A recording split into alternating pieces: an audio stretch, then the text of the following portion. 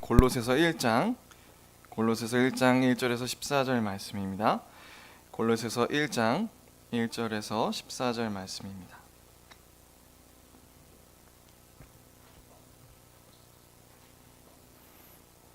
골로새서 1장 1절에서 14절 말씀 교독하겠습니다. 하나님의 뜻으로 말미암아 그리스도 예수의 사도된 바울과 형제 디모데는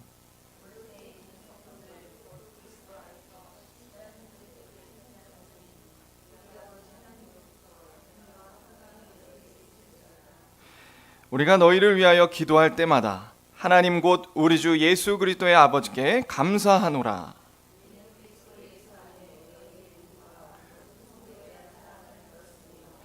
너희를 위하여 하늘에 쌓아둔 소망으로 말미암음이니 곧 너희가 전에 복음 진리의 말씀을 들은 것이라.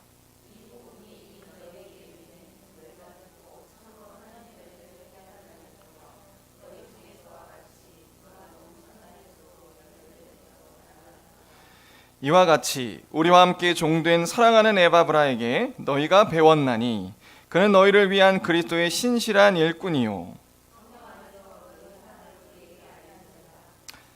이로써 우리도 듣던 날부터 너희를 위하여 기도하기를 그치지 아니하고 구하노니 너희로 하여금 모든 신령한 지혜와 총명에 하나님의 뜻을 아는 것으로 채우게 하시고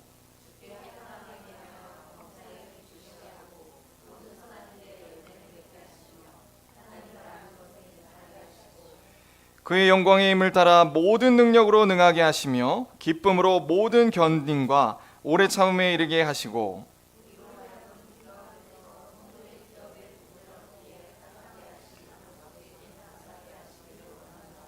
그가 우리를 흑암의 권세에서 건져내사 그의 사랑의 아들의 나라로 옮기셨으니 그 아들 안에서 우리가 속량 곧 죄사함을 얻었도다. 아멘.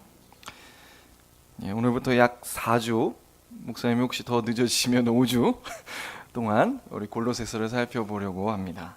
딱 4장이잖아요. 그래서 한 장씩 살펴볼 생각입니다. 오늘 그래서 첫 번째 시간으로 교회를 향한 바울의 감사 기도에 대해서 살펴보도록 하겠습니다. 성경에는요, 사도 바울이 감옥에 갇혔을 때 작성되었던 4가지의 책이 있습니다. 서신이죠. 책이 아니라. 어떤 서신이죠? 에베소, 빌립보서, 그 다음에 골로새서, 빌레몬서입니다. 이게 언제 작성되었냐면요, 학자들에 의하면 로마의 감옥에 바울이 갇혔을 때랍니다. 약 AD 60년에서 62년경 사이에 이 옥중 서신들이 작성되어진 것으로 학계에서는 여겨지고 있죠. 왜 그렇게 얘기하고 있냐? 사도 바울이 로마에만 원래 갇혔던 게 아닙니다. 에베소에서도 갇혔고요, 가이사랴 감옥에서도 갇혔었어요. 그런데 왜 하필 로마냐면 로마에서만이 유일하게 이 편지를 쓸 수 있는 환경이 되었기 때문입니다. 우리가 사도행전 28장 보면 어떻게 끝나는지 잘 아시죠? 그 28장이 로마에 잡혀가서 잠시 동안 감옥 생활을 하고 있는 중이었다고요. 그런데 어떤 일이 있었죠? 사람들이 바울에게 와서 그에게 복음을 들었더라라고 표현하고 있어요. 그러니까 그 당시 감옥이라 하면 로마에서는 가택에서 연금당하는 수준이었어요. 밖으로는 자유로이 나갈 수 없지만 사람들은 자유롭게 들어올 수 있었다는 거죠. 그래서 이 4가지의 서신이, 이 옥중 서신이 바로 그 당시에 작성되었을 것이다 라고 이렇게 얘기하고 있습니다. 그래서 사도 바울은 각 교회의 사정들을 살피면서 그에 합당한 이야기들을 적어서 일반적으로 이제 두기고라는 사람의 편에 그 편지들을 전달했습니다. 이 골로새서는 골로새 교회에게 두기고라는 사람이 전달을 했어요. 자, 그런데 이 편지들에 나타나는 공통적인 특징 중 하나가 있습니다. 오늘의 제목이 뭐죠? 기도예요. 제가 쭉 보니까 놀랍게도 이 옥중 서신들, 이 4서신들의 특징 중 하나가 기도의 내용들이 깊이 있게 담겨 있다는 사실이에요. 어찌 보면 당연한 일이죠. 왜냐? 감옥에 갇혔으니까 직접 그 골로새나 에베소나 이런 곳에 방문할 수가 없어요. 그러니까 이제 더 뭘 하는 거죠? 그 교회들의 소식을 들으며 교회들을 위해 깊게 더 기도했던 것 같습니다.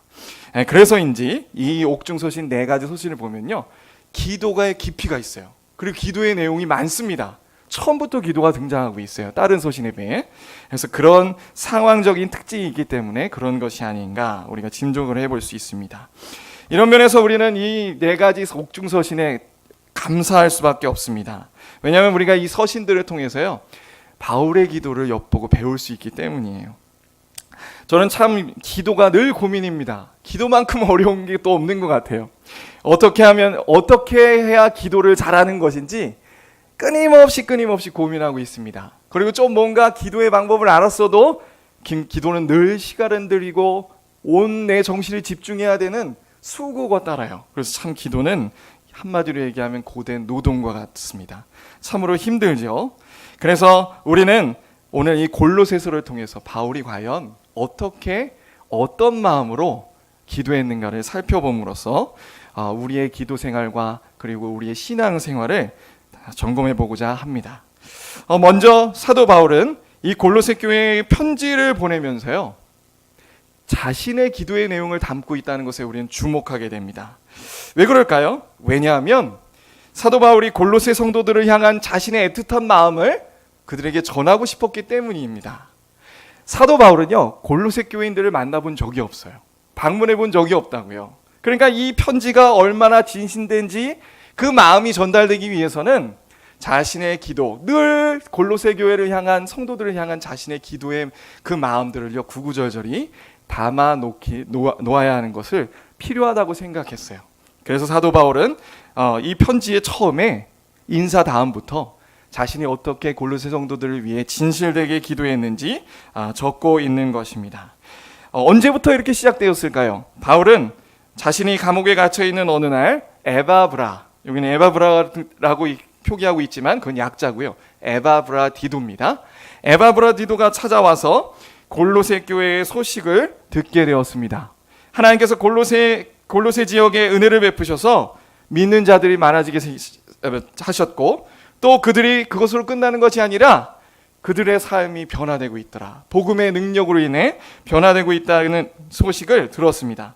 그래서 9절과 3절에 보면요, 바울은 이 소식을 들은 날로부터 골로새 교인들을 위해 기도하고 있어요. 우리 9절 한번 먼저 볼까요? 9절에 이렇게 얘기합니다. 이로써 우리도 듣던 날부터 너희를 위하여 기도하기를 그치지 아니하고 구하노니. 또 3절에 뭐라고 얘기하고 있습니까? 우리 같이 한번 읽어볼까요? 시작. 우리가 너희를 위하여 기도할 때마다 하나님 곧 우리 주 예수 그리스도의 아버지께 감사하노라. 바울은 이처럼 늘 골로새 교인들을 위해 하나님 앞에 기도하고 있었던 것입니다. 그런데 바울은 단순히요, 그 기도의 내용을 적음으로써 자신의 마음을 전달하는 것에서만, 그것을 위해서만 이 기도를 담진 않았어요. 왜 기도의 내용을 다 소개했냐? 그의 마음을 진실되게 느끼게 해주는 동시에 골로새 교회를 양육하고 담당하고 있던, 뿐만 아니라 골로새 교회뿐만 아니라 당시 에바브라디도는요, 옆에 있던 라오디게아 교회, 그 다음에 히에라폴리스 교회를 다 담당하고 양육하고 있었던 동역자입니다. 그의 권위가 흔들리고 있었기 때문이에요. 그래서 사도 바울은 이 기도의 내용 속에 에바브라의 권위를 세워주기 위해 자신의 기도 내용을 적고 있는 것입니다. 정말 당시 골로새는요, 로마의 허브로서, 로마의 그 오고 가는 길목에 있는 위치에 있는 도시로서 많은 철학과 혼합적인 사상들이 혼재해 있는 도시였습니다. 우리 2장 8절 한번 볼까요? 2장 8절입니다. 2장 8절에 이렇게 얘기합니다. 누가 철학과 헛된 속임수로 너희를 사로잡을까 주의하라. 이것은 사람의 전통과 세상의 초든 학문을 따름이요 그리스도를 따름이 아니니라. 지금 보시면 사도 바울이 그 이단적인 가르침들을 배격하면서 뭐라고 하고 있습니까? 너희 교회가 지금 철학과 헛된 속임수적인 그런 가르침으로 흔들리고 있다. 그러니까 조심해야 된다라고 권면하고 있어요. 그러니까 이런 거짓 가르침 안에서 에바브라디도, 지금까지 그 교회를 양육하고 헌신적으로 봉사했던 그 에바브라의 권위가 다소간 흔들리고 있었어요. 그래서 그는 진실된 마음으로 자신의 기도의 내용을 적으면서 에바브라를 언급합니다. 네, 그게 바로 7절이죠. 이와 같이 우리와 함께 종된 사랑하는 에바브라에게 너희가 배웠다. 그는 너희를 위한 그리스도의 신실한 일꾼이요 성령 안에서 너희 사랑을 우리에게 알린 자다. 이 에바브라를 높여주고 있어요. 우리는 먼저 이 사도 바울의 기도의 소개 가운데 에바브라에 대한 얘기를 통해 우리는 분명히 알 수 있는 사실이 있습니다. 바울이 그의 기도 가운데 가장 먼저 누구를 위해 기도했을까요? 답이 나오죠. 에바브라를 위해서 기도했다는 거예요. 왜 에바브라를 위해서 기도했을까요? 왜 에바브라를 위해서 기도하는 것이 그만큼 중요했습니까? 왜냐하면 바로 그가 지금까지 가르쳐온 복음, 진리의 말씀 때문이었어요. 여기 5절 보니까 이 말씀을 그냥 표현하지 않고요, 3번이나 강조하고 있습니다. 복음, 진리, 말씀. 에바브라가 하나님 앞에 골로새 교회에 가르쳤던 것은 참으로 중요한 복음, 진리의 말씀이었습니다. 하나님께서는 당신의 몸된 교회를 바른 진리의 말씀으로 세우길 원하셨고 그 통로로 에바브라를 세우셨어요. 그래서 하나님의 말씀이 가감없이 왜곡됨 없이 순수하게 골로새 성도의 마음에 역사하길 원하셨습니다. 만약에 그 이단적인 사상으로 가르침으로 인해서 에바브라의 권위가 흔들린다면 어떻게 되는 거죠? 그 복음이 제대로 전파되지 않게 되는 거예요. 그래서 사도 바울은 이 에바브라의 권위를 높여주면서 골로새 성도들이 정말 에바브라에게 다시 한번 이 말씀을 잘 배울 수 있도록 권면하고 있는 것이 분명합니다. 그래서 우리가 기도할 때도 마찬가지예요. 제가 뭘 얘기하실지 아시겠죠? 부탁드립니다, 여러분. 우리 상록교회를 담임하고 계신 우리 목사님을 위해, 그리고 또 저를 위해 기도해 주시기 바랍니다.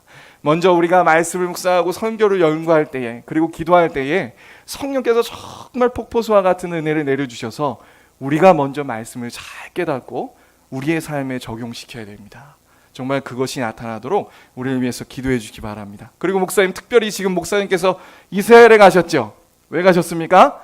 성경을 잘 풀기 위해 가신 거예요. 그 성경에 나와 있는 신약의 그 배경들을 잘 돌아보고 피부로 와닿아서 다시 한번 성경을 볼 때에 그 성경 본문이 살아나서 잘 해석해서 우리에게 가르치기 위해 지금 이스라엘에 가 계시잖아요. 특별히 하나님께서 우리 목사님에게 은혜를 베푸셔서 정말 많은 것들, 우리에게 피가 되고 살이 되는 그러한 내용들을 잘 배우고 와서 우리에게 가르쳐 주시기 위해 기도하시기 바랍니다. 그리고 마지막으로 우리 상록 공동체가 정말 말씀의 귀함을 알고 이 진리의 복음의 터 위에 잘 세워질 수 있도록 우리 모두가 합심하여 기도하는 일이 일어나야 됩니다. 자, 그러면 이제 본격적으로 바울의 기도가 어떻게 진행되고 있는지 우리 한번 살펴봅시다. 바울은 구체적으로 골로새 성도를 위해 어떻게 기도했나요? 바울은요, 자신이 배운 분명한 신앙의 원리, 복음의 원리를 따라 기도했습니다. 자, 그 복음의 원리, 어떤 원리인가요? 첫 번째입니다. 자, 보세요. 우리 4절과 5절 같이 읽겠습니다. 시작. 이는 그리스도 예수 안에 너희 믿음과 모든 성도에 대한 사랑을 들었으며 너희를 위하여 하늘에 쌓아둔 소망으로 말미암음이니 곧 너희가 전한 복음의 진리의 말씀을 들은 것이다. 자, 지금 사도 바울이 기도 가운데 어떤 복음의 원리를 가지고 기도하고 있습니까? 믿음, 소망, 사랑이에요. 우리의 신앙에 있어서 믿음, 소망, 사랑이 너무 중요합니다. 믿음만 있고 소망이 없거나 사랑이 없으면 부족한 신앙이에요. 또 한편 믿음만 있고 소망은 있는데 사랑이 없어도 여전히 부족한 믿음입니다. 신앙의 균형을 갖추기 위해서는 반드시 믿음, 사랑, 소망, 이 3가지가 균형 있게 있어야 되는 거예요. 근데 지금 사도 바울은 참 하나님 앞에 감사하기를 골로새 교회가 이미 그렇게 균형 잡힌 신앙생활을 하고 있다라고 고백하고 있어요. 믿음과 사랑과 소망이 골고루 갖춰져 있어서 어느 정도까지 소문이 났죠? 6절 아래에 보니까 하나님의 은혜를 깨닫는 날부터 너희 중에서와 같이 또한 온 천하에서도 열매를 맺어 자라나고 있다. 그러니까 교회 내에서도 그 증거가 나타날 뿐만 아니라 이분들이 골로새 사회 지역마다 나아갔을 때 그 복음의 역사가 드러났다, 사랑이 드러났다라고 표현하고 있는 겁니다. 이처럼 우리는 기도 가운데 믿음과 소망과 사랑의 열매가 우리의 신앙 가운데 맺어지도록 기도해야 돼요. 자, 근데 여기서 아주 우리의 이목을 끄는 중요한 표현이 5절에 등장합니다. 무엇이죠? 그 믿음과 사랑이 생겨난 이유가 5절에 보니 뭐 때문이다? 너희를 위하여 하늘에 쌓아둔 소망으로 말미암음이다, 이렇게 표현하고 있어요. 저는 이 구절을 보면서 깜짝 놀랐습니다. 지금까지 저는요 순서처럼 생각했어요.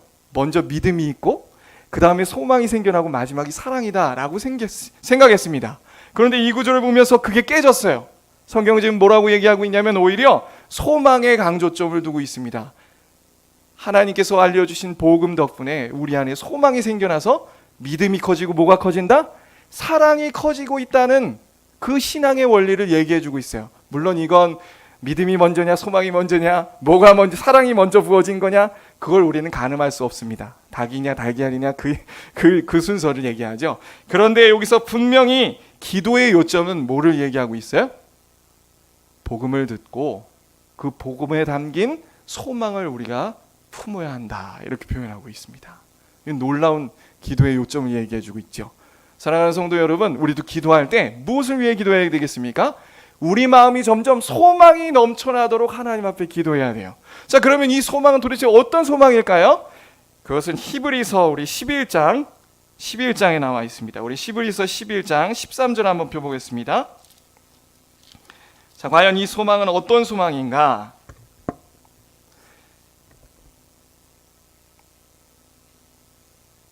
자, 같이 읽어보겠습니다. 시작. 이 사람들은 다 믿음을 따라 죽었으며 약속을 받지 못하였으되 그것들을 멀리서 보고 환영하여 또 땅에서는 외국인과 나그네임을 증언하였으니 그들이 이같이 말하는 것은 자기들이 본향 찾는 자임을 나타냄이라. 그들이 나온 바 본향을 생각하였더라면 돌아갈 기회가 있었으려니와 그들이 이제는 더 나은 본향을 사모하니 곧 하늘에 있는 것이라. 아멘. 이 11장의 믿음의 선진들의 얘기를 하면서 그 특징을 한마디로 한 문장으로 이렇게 줄였죠. 뭡니까? 그들이 나온 바 본향을 사모하니 곧 하늘에 있는 것이었다. 그러니까 우리의 소망이 마음속에 점점 자라나야 될 소망은 어떤 소망입니까? 바로 저 천국을 향한 소망이에요. 어떻게 생각하면 당연한 얘기죠. 우리의 마음에 하늘의 소망으로 점점 가득 차지 않으면 우리는 어떤 소망으로 가득 차게 될까요? 그것은 소망이 아니고 절망이 되고 많은 소망이죠. 이 땅의 것으로 우리의 마음은 가득 차게 될 것입니다. 성경은 우리 신자에게 무엇을 요구하고 있냐면 선택하라 이거예요. 선택하라. 당연히 우리는 전자를 선택해야죠. 그런데 우리가 신앙생활 하다 보면 자꾸만 땅의 것에 눈이 돌아갑니다. 땅에서 소망을 찾고 싶고 내 자녀에서 내가 취하는 물질에서 내가 가지고 있는 주식과 부동산에서 등등등등 내 옆에 있는 남편에게서 소망을 찾기에 바쁜 때로는 우리의 모습을 발견하곤 해요. 그러한 우리의 모습들은 다 하나님께서 아십니다. 그래서 어떻게 기도하라고 하십니까? 하늘에 있는 소망, 하늘의 소망을 쌓아두라. 하늘에 쌓아둔 소망. 우리의 마음이 하나님 앞에 하나님을 향하고 기도 가운데 정말 천국의 소망을 달라고 기도하면 기도할수록 그것이 어떻게 되는 겁니까? 우리의 마음을 마치 하늘에 쌓아두는 것 같다라고 우리에게 표현해 주고 있는 거예요. 우리는 기도를 통해 정말 천국의 소망을 품게 해달라고 기도하게 되면요, 우리의 기도의 내용도 점점 변할 것이고 우리의 라이프 스타일도 점점 달라질 거예요. 그 소망은 우리의 믿음에 영향을 미치고 우리의 생각과 감정과 행동을 사로잡아서 천국의 소망을 갖는 자다운 삶을 낳게 되는 것입니다. 이 열매야말로 복음의 열매라고 할 수 있죠. 그래서 사도 바울은 정말 중요한 원리를 우리에게 얘기해 주고 있어요. 천국의 소망을 갖도록 하나님 앞에 기도하라는 것이에요. 그 다음 이 천국의 소망을 갖는 데 있어서 또 원리가 있다고 우리에게 알려주고 있습니다. 그건 뭐냐? 6절이에요. 6절. 다 아는 얘기죠. 먼저 6절에 보는 이 복음이 이미 골로새 성도들에게 이르렀다. 그래서 너희가 어떻게 했다? 들었다. 복음을 들어야 합니다. 그리고 그 듣는 와중 중에 어떻게 되는 거예요? 그 복음의 내용들이 은혜로 깨달아져야 하는 순서입니다. 그리고 말미암아 그 은혜를 깨달은 것으로 어디까지 이릅니까? 열매가 맺어지는 거예요. 그런데 이 모든 과정들은 누가 주장하신다고 표현하고 있나요? 그게 8절이죠. 읽어보겠습니다. 시작. 성령 안에서 너희 사랑을 우리에게 알린지라. 이 모든 과정은요, 성령께서 주관하시는 것입니다. 아무리 우리가 복음을 듣고 아무리 우리가 성경 공부를 한다 해도 믿음을 한치라도 자라게 할 수 없어요. 그래서 사도 바울은 얘기하죠. 물 주는 이나 심는 이는 일반이로되 자라게 하시는 분은 하나님이시다. 우리가 해야 할 때 그것은 복음에 가까이 나아가는 것입니다. 그게 우리의 책임이죠. 그러나 그렇다고 해서 내가 이걸 들었기 때문에, 내가 이렇게 막 1시간, 2시간 열심히 성경 공부하고 기도했기 때문에 내 믿음이 자라고 소망이 자란다? 천만의 말씀입니다. 성령께서 이 모든 것을 주관하시고 허락하셔야만 우리는 우리의 믿음, 소망, 사랑이 자라날 수 있음을 알 수 있어요. 복음이 그저 허공에 치는 메아리가 아니고 내 마음에 깊이 박혀 심겨져 30배, 60배, 100배의 결실을 거둘 수 있는 이유, 바로 성령이시죠. 그래서 우리는 기도 가운데 하나님 앞에 이 모든 과정을 생각하면서 성령을 구해야 합니다. 지금 이 시간도 마찬가지죠. 우리가 그저 설교를 들을 때 잘하는구나, 그렇구나, 그런 마음으로 듣는 것이 아니라 못하는가요? 그런 마음으로 듣는 것이 아니라 성령께서 하나님 이 시간 역사하여 주시옵소서. 정말 우리 마음에 기도할 마음이 생겨나게 하시고, 정말 기도에 하면서 그 신앙의 원리가 우리에게 적용되어지도록 하나님 이 시간 역사하여 주시옵소서라고 하나님 앞에 기도해야 되는 것입니다. 그래서 성령의 역사를 11절에서는 다르게 표현하죠. 11절 같이 읽겠습니다. 시작. 그의 영광의 힘을 따라 모든 능력으로 능하게 하시며 기쁨으로 모든 겸dim과 오래 참음에 이르게 하시고. 자, 우리 속에 역사하는 능력은 누구를 따라? 그 영광의 힘을 따라, 즉 성령님의 영광의 힘을 따라 우리 가운데 역사하고 우리를 능하게 하며, 그리고 기쁨으로 이 일들이 쉽지 않지만, 기도해서 이 열매를 보기까지 과정이 쉽지 않지만 우리를 견디게 하고 인내하게 하고 그 길을 묵묵히 걸어가게 하신다라고 표현하고 있습니다. 자, 이번에는 우리가 사도 바울이 골로새 성도를 향한 기도의 궁극적인 목표가 무엇이라고 얘기하는지 한번 보겠습니다. 우리에게 있어서 분명한 목표를 가지고 부지런히 기도하는 것은 대단히 중요합니다. 여러분, 기도의 목표가 뭘까요? 먼저 말씀드립니다. 기도의 목표는요, 이것이 우리의 소망이 되어야 하는데, 천국을 소망하는 사람들에게는 정말 이것이 소망이 되어야 합니다. 그건 뭐냐면 바로 우리의 아들 되신 예수 그리스도의 형상을 닮아가는 겁니다. 식상한가요? 정말 우리의 소망이 이것이 돼야 돼요. 그래서 22절에 이렇게 얘기합니다. 우리 1장 22절로 가보시죠. 이렇게 얘기해요. 이제는 그의 육체의 죽으심으로 말미암아 화목하게 하사 너희를 거룩하고 흠없고 책망할 것이 없는 자로 그 앞에 세우고자 하셨으니. 자, 여기서 사도 바울이 얘기하는 바는 무엇입니까? 왜 예수 그리스도가 십자가에 죽으셨는가 생각해 보라는 거예요. 바로 우리의 화목을 위함이라는 겁니다. 그래서 그 화목케 하셔서 어떻게 하게 해요? 하나님으로부터 생명을 공급받아서 우리가 거룩하고 흠없고 책망할 것이 없는 자로 그분이 재림하실 때 그 앞에 서게 하신다. 제가 이걸 한마디로 줄인 것이 바로 그리스도의 형상을 닮아간다라고 표현한 것이에요. 그리스도가 십자가에 달려 죽으신 이유는 바로 우리를 이 목표에 도달하게 하시기 위함이셨어요. 이것이 우리를 구원하신 목표가 분명합니다. 그래서 우리는 기도할 때에 정말 십자가 사랑에 점점 감격하면 감격할수록 우리의 삶에 어떤 현상이 일어나야 되죠? 우리의 기도 가운데 어떤 기도 제목이 있어야 되죠? 하나님, 죄에서부터 벗어나게 하세요. 하나님, 내가 넘어지고 연약한 죄가 있습니다. 나를 긍휼히 여겨주셔서 이 죄와 싸울 수 있도록 마음을 허락해 주세요. 능력을 허락해 주세요라고 기도하는 거예요. 그래서 요한일서 3장 2, 3절은 이렇게 얘기합니다. 그저 제가 얘기하겠습니다. 사랑하는 자들아, 우리가 지금은 하나님의 자녀라. 장래에 어떻게 될지는 아직 나타나지 아니하였으나 그가 나타나시면 우리가 그와 같을 줄 아는 것은 그의 참모습 그대로 볼 것이기 때문이니. 제가 덧붙였습니다. 그러므로 주를 향하여 이 소망을 가진 자마다 그의 깨끗하심과 같이 자기를 깨끗하게 하느니라. 아멘. 자, 지금 뭐라고 하고 있습니까? 그리스도의 재림의 날에 우리는 놀라운 예수님과 같은 신령한 몸으로 변화돼서 우리 그토록 보고 싶었던 예수 그리스도와 마주하게 될 거예요. 그걸 소망하는 자는 어떻게 하라고요? 주를 향하여 이 소망을 가진 자마다 그의 깨끗하심과 같이 자기를 깨끗하게 하라. 이것이 우리에게 주어진 목표예요. 너무나도 신앙생활하면서 중요합니다. 정말 우리가 천국을 소망한다는 것은 우리를 위해 죽으신 예수 그리스도, 그 십자가에 달려 나를 위해 죽으신 예수 그리스도를 다시 보길 너무나도 원한다는 말이에요. 그래서 예수님이 아까 히브리서 뒤에 뭐라고 나와 있죠? 내가 너희를 위해 성을 예배하러 간다. 우리가 살 공간을 예배하러 간다. 먼저 가서 준비하고 계신 예수 그리스도를 만나는 그날을 고대할수록 우리는 정말 내 자신을 복종시키고 거룩하고 책망 없이, 비록 우리가 죽기 직전까지 그 예수 그리스도를 보기까지는 우리가 얼마나 변하겠습니까? 아주 미미할 것입니다.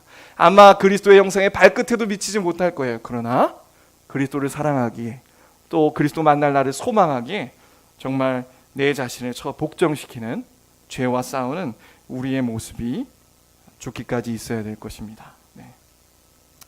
바울은 또다시 이것을 위해서 이제 좀 더 구체적으로 기도하고 있습니다. 그것이 9절부터 12절의 말씀이에요. 바울은 어떻게 골로새 교인들을 위해 기도하고 있습니까? 9절에 이렇게 얘기합니다. 자, 이로써 우리도 듣던 날부터 너희를 위하여 기도하기를 그치지 아니하고 구하노니 너희로 하여금 모든 지혜와 신령한 지혜와 총명의 하나님의 뜻을 아는 것으로 채우게 하시고. 어떻게 기도하라고요? 하나님 모든 지혜와 총명으로 하나님의 뜻을 아는 것으로 우리를 채워주시옵소서, 이렇게 기도하고 있어요. 왜 지혜와 총명을 기도할까요? 지혜라는 것은요, 진짜 하나님을 알아가는 것을 그저 성경의 지식을 쌓는 것이 아니고 그것이 약동하여 실제 경험적으로 하나님을 알아가는 것을 지혜라고 합니다. 네, 그것을 지혜라고 하고요. 그리고 총명은 무엇이냐면 그렇게 알게 된 하나님을요, 그 지혜를 우리의 삶에 적용할 때 우리가 명쾌하게 분석하고 합당하게 적용하게 주는 것이 바로 총명이라고 얘기해요. 그러니까 요거는 뭐가 나타나 있냐면 그 지혜와 총명은요, 실제 우리를 그렇게 살게 만드는 거예요. 우리가 하나님을 경험한 자로서 어떻게 되죠? 우리가 구약에 보면 하나님과 대면한 선지자들은 다 하나님에 엎드러집니다. 하나님을 경외하는 마음을 갖게 돼 있어요. 그런 것처럼 우리가 실제 성경을 통해 하나님을 인격적으로 만나게 되면 우리의 마음이 변화하죠. 예배가 드린 태도가 바뀌어집니다. 기도하는 태도가 바뀌어집니다. 우리가 사람을 대하는 태도가 바뀌어집니다. 하나님 앞에 우리의 영혼을 부복시키죠. 내가 얼마나 큰 죄인인가, 하나님이 얼마나 위대하신가, 그것이 지혜를 통해 일어나고, 그리고 삶의 현장에서 실제 우리의 생각과 감정과 행동들을 잘 지혜롭게 적용할 수 있게 되는 거예요. 그것을 위해 사도 바울은 기도하라고 해요. 지혜와 총명이 없으면 하나님을 진짜 아는 것은 쉽지 않습니다.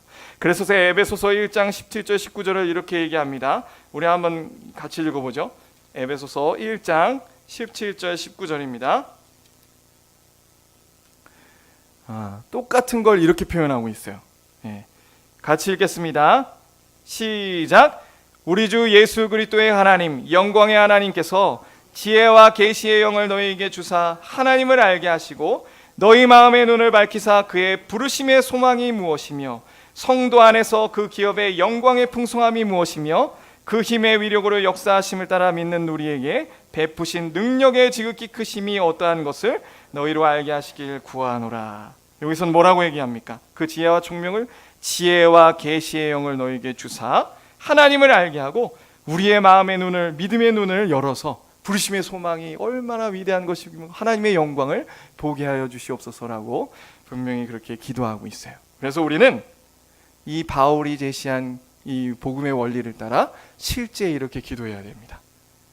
늘 그래서 목사님이, 저는 우리 교회 와서 목사님 설교 서두에 기도하는 것 보고 정말 합당한 기도다라고 생각을 했는데, 하나님이 늘 기도하시잖아요. 성령님 지혜의 영을 더하여 주셔서 정말 우리의 눈을 열어 이 말씀을 잘 깨닫게 하시고, 정말 그런 기도가 날마다 우리의 모든 기도 가운데 있어야 될 것입니다.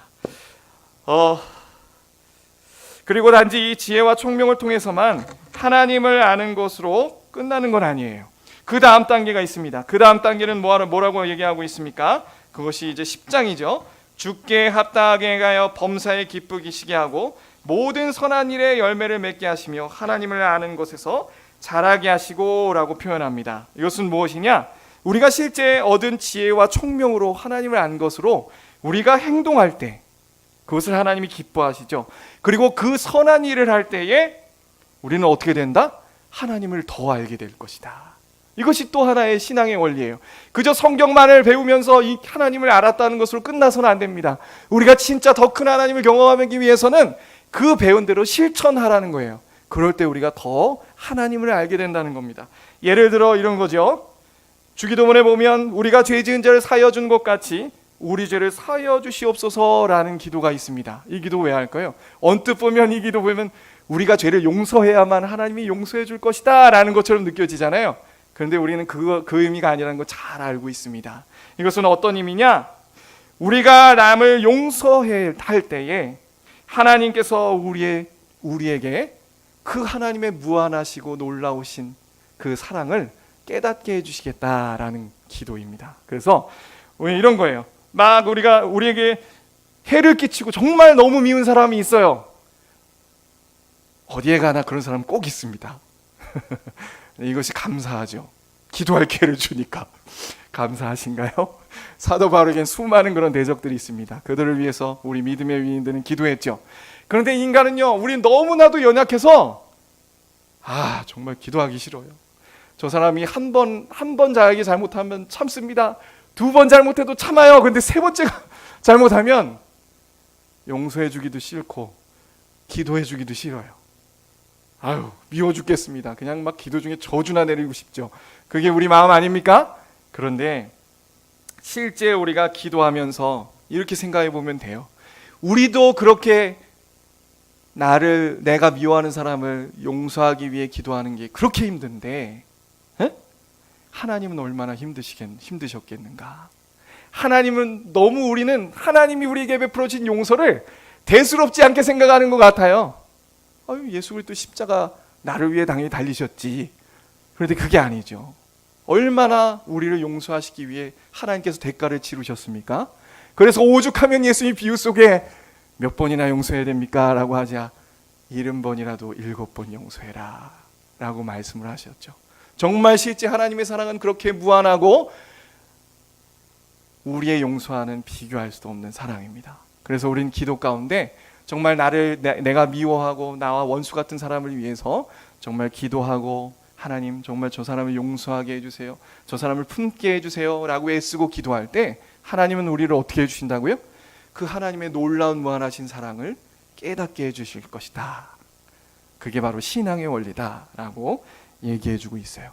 그렇게 힘써 용서하기로 기도하는 것이 결국 우리의 영혼을 유익하게 합니다.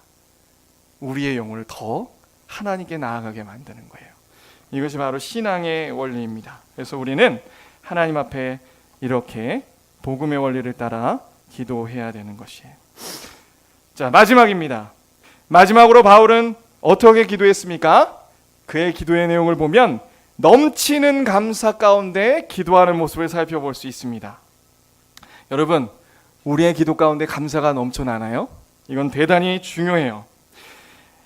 우리의 마음에 있어서 감사가 끊였다는 것은 그 감사의 자리를 다른 것이 채운다는 걸 의미합니다. 원망이 될 수 있고 불평이 될 수 있고 그저 무미건조하게 하나님을 경험하지 못하고 살아감을 의미해요.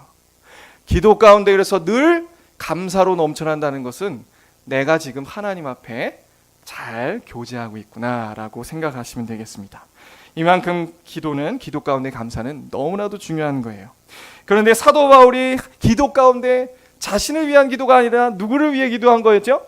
골로새 교인들을 기도하면서 너무나도 감사했다는 거예요. 왜 그랬을까요? 왜냐하면 그 골로새 교인들의 그 소식을 들으면서 자신 속에 역사하신 하나님의 놀라운 역사의 흔적이, 복음의 능력이 그들 안에도 있음을 보았기 때문이에요.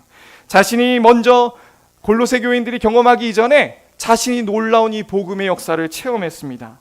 그러니까 기도할 때 골로새 성도를 생각하면 마치 하나님을 보는 듯 기뻐하고 감사할 수밖에 없는 거예요. 이 감사의 기도 속에서 우리는 그저 무미건조하게 읽는 것이 아니라 사도 바울의 심정을 느껴야 됩니다. 우리는 그저 이 감사를 무미건조하게 읽어 내려가면 안 되죠. 골로새 성도를 향한 그의 기쁨과 감격에 겨운 마음이 우리의 기도 가운데도 구구절절히 우리의 옆에 형제를 보면서 또는 다른 저 먼데 있는 교회의 지체들이 경험하는 하나님을 들으면서 우리도 그러한 감사가 나와야 되는 거예요. 자, 바울이야말로 어떤 사람이었습니까? 그는 하나님을 대적하던 죄인 중에 괴수였습니다. 그가 다메섹 도상에서 예수 그리스도를 만나기 전까지, 그리고 예수를 만나 복음을 배우기 전까지 그는 하나님의 반대편에 서서 하나님을 대적하는 사람이었어요. 그는 자신이 믿는 신앙이 맞다고 생각했기에 큰 확신 가운데 있었기에 예수 믿는 사람들을 앞장서서 핍박하고 그들을 죽이는데 일조했습니다. 그런 사람이었어요. 그 예수 믿는 자들을 핍박했던 그 열심이 어디서 나온 거죠? 올바른 지식을 쫓지 않아 만들어진 그의 종교심을 인함이었습니다. 그런데 그 신앙은 거짓이었죠. 그는 바리새인 중에 바리새인이었고 가말리아 문화생 중에 아주 으뜸인 프라이드가 대단한 사람이었습니다. 율법의 조항들뿐만 아니라 장로들의 전통을 준행함에 있어서 자신이 보기에도 또 남이 보기에도 흠이 없었어요. 그래서 그는 누가 봐도 하나님의 백성이요 자타가 공인하는 하나님의 사람이었습니다. 그러나 다메섹 도상에서 예수 그리스도를 만나서 영적인 눈이 벗겨진 후에 큰 충격을 금치 못했어요. 왜냐? 지금껏 자기는 구원받은 사람이었고 지금껏 자기는 하나님을 정말 잘 안다고 생각했지만 자신의 신앙이 허상에 불과했음을 깨달았습니다. 얼마나 충격이었겠습니까? 그야말로 자신은 바로 흑암의 권세에 사로잡혀 종노릇하고 있던 사람이었어요. 여기 우리 볼까요? 우리 사도 바울은 그 고백을 동시에 합니다. 13절입니다. 그가 우리를 흑암의 권세에서 건져내셨다.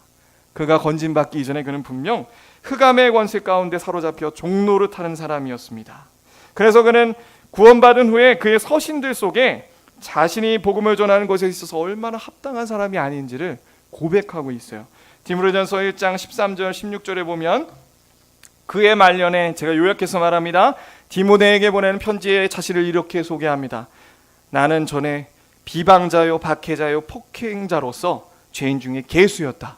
그런데 하나님께서 먼저 자신에게 긍휼을 베푸셔서 복음을 전파케 하셨다. 그 이유는 다른 이들이 주를 믿어 영생을 얻는 자들에게 본이 되게 하셨다라고 고백하고 있습니다.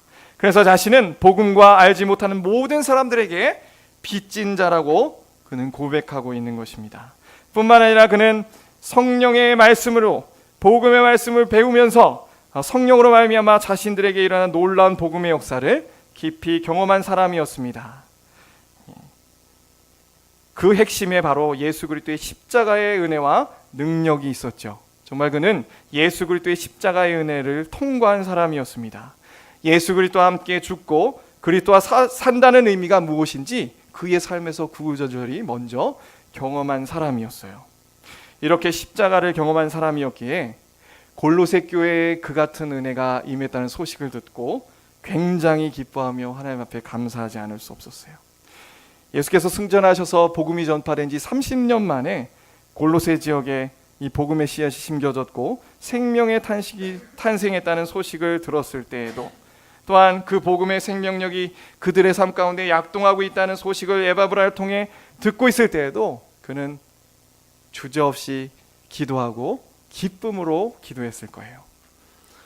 그들 속에 계신 예수 그리스도의 흔적을 발견했기 때문입니다. 그래서 사도 바울은요, 그의 기도 가운데 감사로 넘쳐날 수 있었어요. 그 감사 기도는 진정성이 있었고 자발적이었고요, 기쁨과 감격에 겨운 감사였습니다. 사랑하는 성도 여러분, 우리는 오늘 바울의 기도를 배웠습니다. 그는 분명한 기도의 원리를 따라 하나님 앞에 기도하는 사람들이었어요. 목표도 너무나도 분명했고요, 그리고 그들을 기도할 때에도 자신이 실제 경험한 그 복음의 원리를 따라 기도하는 모습을 살펴보았습니다. 이러한 바울의 기도는 우리의 신앙을 돌아보게 합니다. 나는 정말 십자가 구원에 감격하여 감사하고 있는가? 그리고 나는 기도 가운데 정말 복음의 능력을 경험한 자처럼 기도하고 있는가? 점점 하나님 나라가 완성될 그날에 대한 소망으로 내 마음은, 내 영혼은 채워지고 있는가? 그리고 내 옆에 있는 지체들 가운데 나타나는 복음의 역사를 보면서, 그리고 새로운 영혼들이 회심하고 변화한다는 것을 보면서 감사함으로 우리는 우리의 기도 가운데 그들을 위해 기도하고 있는가? 오늘 우리가 살펴본 사도 바울의 이 기도는요, 정말 우리 남을 위하기보다, 골로새 교인들을 위하기보다 자신의 영혼을 붙들고 자신의 영혼을 살리는 기도였습니다. 제가 지금 목사님이 출타하셔가지고 정말 눈만 뜨면 말씀과 씨름하고 있어요. 제가 살아나더라고요. 이거 되는구나 진짜. 야, 이거 24시간 붙들고 있으면, 근데 이게 그렇다고 24시간 붙들고 계세요 할 수도 없고, 근데 제가 진짜 늘 말씀 가지고, 왜냐면 이게 설교해야 되는데 저도 잘 모르겠는 거예요. 무슨 의미인지 하나님 앞에 진짜 읽어보면서 이대로 기도하면서 하나님 깨닫게 하시고 성도들에게 잘 나눠줄 수 있도록 해주세요. 씨름을 하고 있거든요. 제가 살아나더라고요. 제가 진짜 소망이 생기고 진짜 성도들을 생각할 때에 애틋한 마음이 생겨나더라고. 예, 그래서 이 말씀을 묵상하면서 아, 이거 진짜 맞는구나. 야, 이제서야 조금 이 바울의 마음을 깨닫는 것 같습니다. 그래서 하나님 앞에 감사했어요. 하나님, 이것이 저를 위해서 이러한 기회를 주셨군요. 정말 이 기회를 빌어서 제가 더욱더 하나님의 말씀을 통해 알아가고 정말 기도 가운데 성도들을 위해서 기도하면서 내 영혼이 소망으로 가득 찰 수 있도록 하나님 은혜 베풀어 주세요 라고 기도함으로 오늘 이 말씀을 준비했습니다. 사랑하는 성도 여러분, 정말 하나님이 주신 원리대로 그 은혜 속에 성령님을 의지하여 기도하시기 바랍니다. 그럴 때 우리의 교회가 함께 저 천성을 바라보며 정말 복음의 일을 감당하는 훌륭한 교회로 자라나게 될 줄 믿습니다. 이런 교회가 되길 주님의 이름으로 축복합니다. 기도하겠습니다. 사랑하신 아버지 하나님, 감사합니다. 아버지 하나님, 오늘 사도 바울의 기도의 내용을 살펴보면서 우리가 어떻게 기도해야 되는지 배웠습니다. 하나님, 배웠지만 이제 실제입니다. 기도가 너무나도 어려운 거 잘 알고 있습니다. 그렇게 우리는 더욱더 성령님을 의지합니다. 주여, 우리의 기도를 도와주시옵소서. 하나님, 우리의 기도를 붙들어 주시옵소서. 하나님, 그 기도 가운데 복음의 원리를 따라 우리가 하나하나 기도할 때 성령께서 그 놀라운 영광의 능력으로 역사하셔서 우리의 삶의 복음의 역사를, 그 믿음과 사랑과 소망의 역사를 이루게 하여 주시옵소서. 하나님, 감사하며 예수 그리스도 이름으로 기도 올리옵나이다. 아멘. 찬송가 우리 300